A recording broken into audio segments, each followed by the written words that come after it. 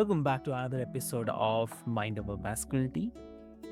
So, today we'll start a different way. Like, I'll ask you something. What if I told you that the key to unlocking your physical power as a man is not about pushing more weight or pounding the pavement harder or no pain, no gain like this, right? And what if the strength meant fluidity, control, and dare I say it, joy? Yeah. Yes. So, welcome back to Mind Over Masculinity and the show where we strip down the outdated narratives of what it means to be a man and rebuild with the wisdom, wellness, and self-awareness. I'm your host Avik, and today's episode is going to stretch your mind and your body, I would say. Yeah. Joining me is someone who has worked with everyone from junior Olympians to Hollywood A-listeners, CEOs to fitness Freddy Cats, Tami-Adrian George. So welcome to the show, Tami. Hello, Avik. Thank you so much for having me. Amazing, amazing. So Tami, like before we start, I'll quickly love to introduce you to all the listeners. Dear listeners, Tammy is a former dancer, actor, model, and a powerhouse in the Pilates world. So, for over 30 years, she helped men from all walks of life rediscover their bodies, not just for the aesthetics or the performance, but for the presence, pain free living, and the mental clarity. Woo. So we are talking about why Pilates might just be the most underrated, uh, untapped fitness tool for men today. And if if you are rolling your eyes thinking like, isn't that for the ballerinians and the moms? Then buckle up because this conversation might just reshape your entire outlook. So welcome to the show again. Thank you so much for having me. I love that we are talking about this because people do not realize Pilates is not a name, it's a person. Joseph Pilates, a man who was injured in World War One. So, by everyone's definition, a soldier, a manly man who was an acrobat before he was in the war. And while he was healing, he did not want the 25% of his body that was injured to make the 75% of his body that was healthy and flexible and could hold himself up with one hand. This man was so strong. He did not want that part of his body to atrophy. And so his entire system of exercise is based on rehabilitation, strength building, flexibility building while you're recovering from injury. So it's probably the most manly fitness there is out there, but we don't think of it that way. That's not how it's been marketed. Mm, okay. Okay. So that's really lovely. And do you think that this is more about gendered marketing or something deeper in how men are taught to relate to their bodies? It's such a combination of these two things. I am the girl in the family. Mhm. I'm hearing something. Sorry, just a moment. Let me just make sure everything is good. We're good. Yeah. Yeah. I'm one of five, two girls, Mhm. three boys. I married into a family with four boys, and then I gave birth to a boy. So, understanding how man babies are brought into the world and how they are shaped. There was a wonderful study done, I want to say back in the late 70s, perhaps the early 80s, where they dressed infants, not brand new infants, but they were the age where they were engaging. So, let's talk between 4 and about 9 months. They're making eye contact, they're laughing, they're responding to stimuli. They took the same lot of babies and they dressed them in different colored clothing. One group they dressed all in pink, let them play with people observed, then took Mhm. those babies, rested them, fed them, dressed them in blue, brought them back to the same group. It's the same baby. They were played with completely differently. Girls were held close, deep eye Mhm. contact. They were kissed. They were told that you're so sweet, you're so beautiful, you're a little angel. Boys were slightly jostled and shaken and tossed. And not roughhouse, but you know what I mean. Moving the arms, moving the legs, telling them, oh my gosh, you're so strong. What a big boy you are. You're going to be a big, strong man one day. So part of it is yes, we are hormonally different. We are physically mm, structured different, body fat percentages. That's science, that's physiology. But part of it is nurture.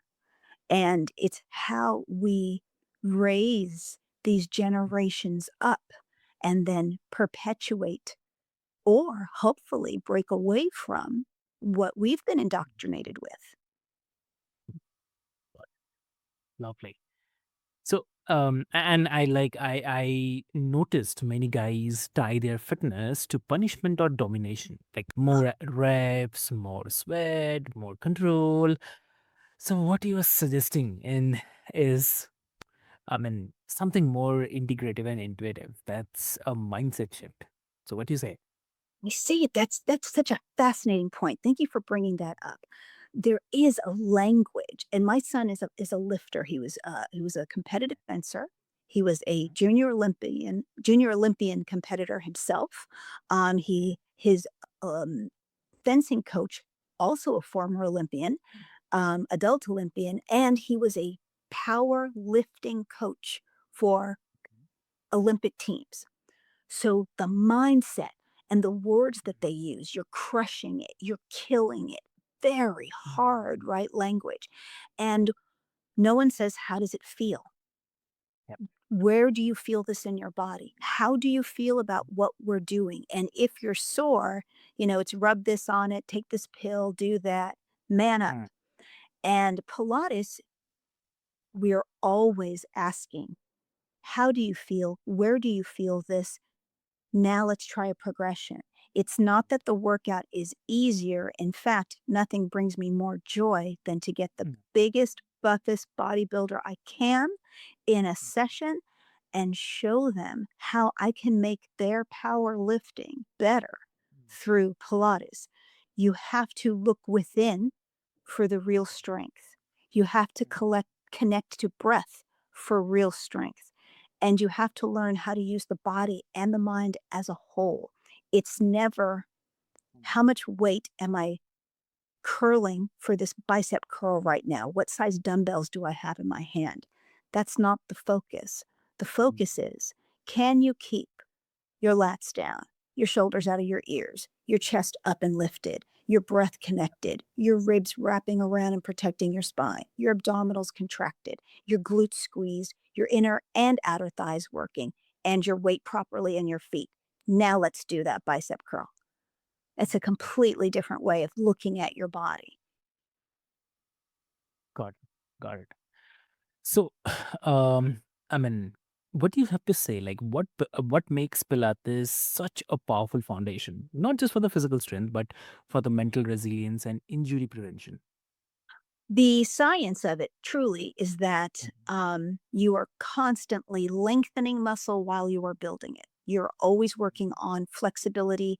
And mhm, Joseph Pilates said stretch. But let me tell you, this man had no idea what a stretch is. We think stretches are passive and we get to relax while you're doing them. Those are not Pilates stretches. Pilates stretches are active and they sometimes hurt and, or at least are mhm, very difficult to do. We never want you to hurt. Um, the the ability to be mm, so much more aware of what you're doing is what's mm, going to prevent you from having injury later. The ability to tap in to 5 different muscle groups at the same time. I don't care what sport you're doing, and I work with a lot of, almost semi-professional athletes, mm, golfers, pickleball players, tennis players. I work with people who are coming off of injury or coming off of surgery. Sometimes I'm preparing them for surgery because they've done mm, so much damage to their body with the way they were working out before, and when we finish with the process, they're actually stronger. mm, And the fear, that's the other thing too. Pardon me for going off on a slightly different tangent. Um, mhm, we teach boys, right, not to cry, not to acknowledge fear. And that leads to a lot of ignorance of self, ignorance of the body, because we are disconnected. from Hmm. feeling and from acknowledging any feeling that's going on. It's the result. It's True. right. You're going to go slay the dragon. That's what men are raised to do. You're going to go out in the world, slay the dragon, protect the village. No one asks you how you feel about it. No one asks you if the sword is too heavy, if the shield is too heavy. And Pilates is going the opposite way. We're always asking, where are you? What are you feeling right now? How can we progress you forward? So then when you do get to more challenges, be it Hmm. in your workout or in your life. And I think that's what ends up happening, why people become such Pilates devotees, right? We call them Pilatinis or Pilates aficionados. They get Ooh. so devoted because the foundation they learn in their Pilates practice applies to every single thing you do. It applies to your relationships, how you approach work, how you approach goals in your life, how you raise your children. It it affects everything because you're always connecting to self and then how that self connects to the things outside of you. Hmm. Perfect. Perfect. So, um, I mean, I'll definitely ask for a story. I mean, if you can share a story where a male client, no need to take the name, but a male client surprised himself with the mental benefits. Oh my gosh. Um, I oh, so many stories. When I first started teaching, Mhm. I'm not kidding. I've been teaching Pilates for 30, I'm going into my 35th year soon. And when I first started, there were almost no men really doing Pilates just as their choice of fitness. There were instructors, of course, but there weren't that many men just in the classes, and especially not on the equipment.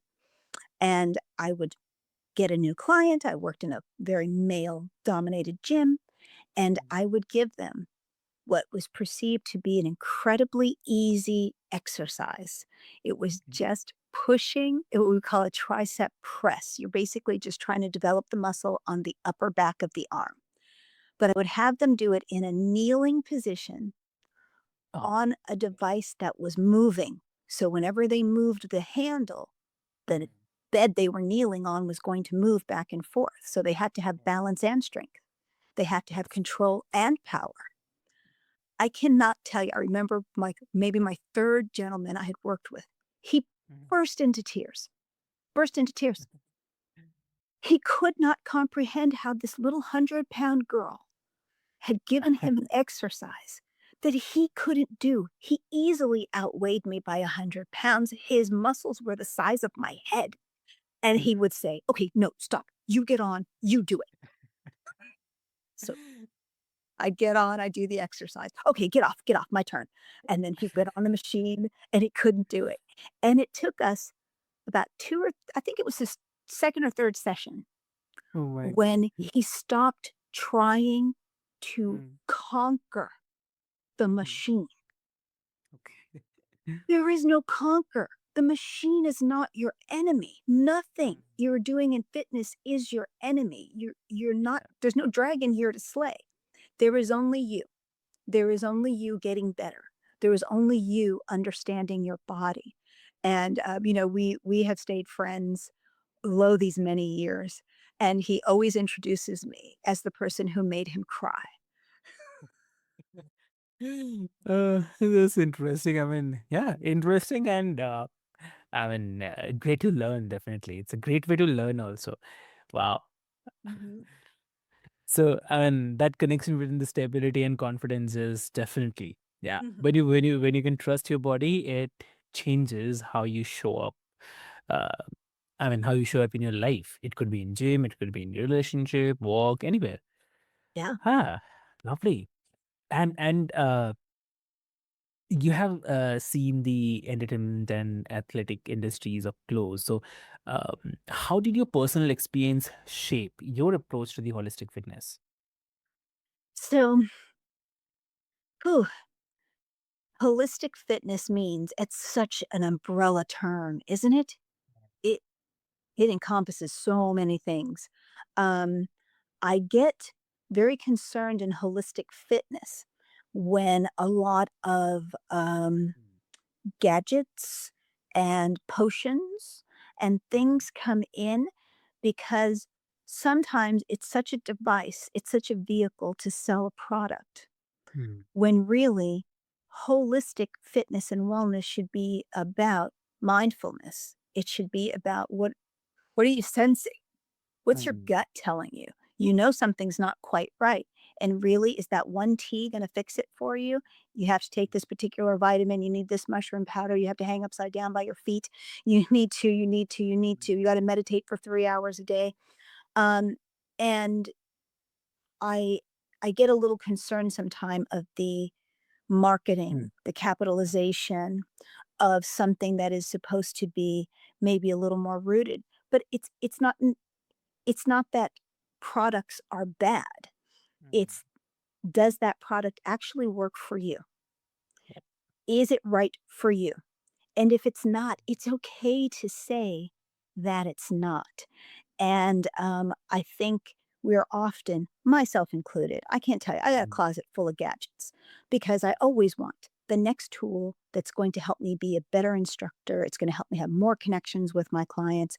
I mm, also am a business coach for fitness instructors and Pilates instructors and massage therapists who mm. want to extend their services to in home clients. Okay. And what that ended up doing for all of Mhm, us that I work with and for me myself is we had to pare down. I can't take a 400-pound piece of equipment with me to teach. mm, If I'm teaching a client in their home, I got to have things that are portable. And it makes me so much more aware of all the things we don't necessarily need. yep. What do we need in this moment? And particularly as we're talking about, mind Mm, over masculinity, everyone has the stereotype of the personal trainer who mm. comes to your house with muscles rippling and talking to you like you're in boot camp, right? You're going to give me 10 push ups now. Okay, now we're doing this. Now we're doing that. Lift it. That's not really what's happening out there. Mm, Um, Most in home trainers now understand that mm, their connection to their client, understanding their client's goals, their mm, fears, their vulnerabilities, their injuries is so much more important than the exercise. Everybody who's certified knows the exercises. That's how they got certified. They're all great instructors. There aren't that many bad instructors out there. I would say 90% of them are amazing. The yep. person you're looking for to come and teach you in your home is the person who has been vulnerable enough with themselves that Mm, now they can allow you, they give you permission to be vulnerable. And that is changing the in home training world just as it's changing the Pilates world with more men coming into studios as clients, with gyms now offering Pilates to their clients, their gym membership, mm, because people attend more. If I know going to the Pilates class on mm, Saturday is going to mm. help me with my weightlifting on Monday, now you've got that person coming into your gym more. Yep. Exactly. Makes Mhm. sense. Definitely. Ooh, what a conversation I have to say. And yeah, definitely. And uh, just a quick note, like for the men who are listening, who might be curious but um, still skeptical, what's the one thing they can try today to feel the power of this approach? Ooh, okay. I would tell, okay, I would tell them two things. Okay. Number one, just at home, wherever you Mm, happen to be at your gym, wherever you happen to be, get into a plank position. Plank is that long body position. You're on your toes, you're on your hands. You look like you're going to do a push up, but you don't. You just stay there. okay. And you can do this hands on the floor, hands on a wall, hands on the bench. You don't have to be all the way down the floor. Just Mm, stay in the position and breathe in through your nose and out through your mouth. And without judgment, take inventory. Your body is trying to give you information. Listen. mm, Where are you shaking? Where do you feel like, oh, I'm very strong here? Where are you getting more fatigued? Are you getting more fatigued in your shoulders? Means you're Mm, probably not in a great position and your upper body is not as strong as you think. Are you getting fatigue in your legs, your lower back? If it's in your back, that's your stomach and your buns. So listen, learn to get quiet for 30 seconds and listen. Then, after you do that, mm, look up certified Pilates instructors in your area. If you're not sure, you can get in contact with me. I will help you find someone in your area. I don't recommend group classes for men who are just starting Pilates. I recommend doing at least 2 private sessions so that someone can really take a look at your body, see where you're at, tell you this is the group class you could get into if you want to. If you want to stay with private sessions, that's fine too, or very small group. mm, But don't just jump into a class of 20 or 30 people who've been doing Pilates mm, for a while and think that you're just going to go through all the maneuvers. You're going to be very, very frustrated and you're going to blame yourself. And it's not mm, you. You're doing mm, absolutely nothing wrong. In fact, you're doing everything perfectly. The fact that you walked in the door, the fact that you asked a question, you raised your hand, you sat down when you couldn't do something, that means you are perfection in every way, shape, and form. It is brave and courageous to say, mm. my body doesn't know how to do this yet. That is the most masculine thing any man can do. Exactly. Wow. What a lovely conversation. Pilates isn't about shrinking yourself or moving gently. It's all about building smart, sustainable power from the inside out. And today we got a masterclass on what it means to reclaim your strength on your own terms. So, I mean, thank you so much, Tammy, for bringing the fire, the fun, and the truth about what's possible when we stop outsourcing our fitness and start coming home to our bodies. That's a great part. So dear listeners, if this episode got your wheels turning and your posture a little taller, then and also maybe your curiosity sparked, then go try out a Pilates session. Let your body surprise you, and do try out the plank position, which Tammy has already mentioned. It's definitely a great. I would say great to know how your body is responding. Just listen to them. Yeah, that's a great one. So tell me, like, if someone wants to connect with you, how they can connect. You can use my initials, TAG for Tammy Adrian George. You go to Mhm, tagpilates.com. And on that website there, you can send me a message. You can go ahead and peruse through the website. So many great mhm, tips and wonderful things to learn there. And if you want to know more about how to find a Pilates instructor, if you're interested in becoming a coach yourself, a teacher yourself, and you want to help people because you're realizing the world needs you, you've already got that connection going on with you and you want to help other people. I help coaches be their best. So yeah, head over to Tag Pilates and Avik, I'm so excited to talk to you. Thank you so much for having me today. it's a really really great. I have to say, Tammy. I mean, it's really a great topic, and when you are here on this topic, it's like icing on the cake, definitely. So, until next time, this is your host, Avik, reminding you that strength doesn't come from force, it actually comes from the presence, purpose, and the alignment. So, have a great day. Thank you so much, everyone.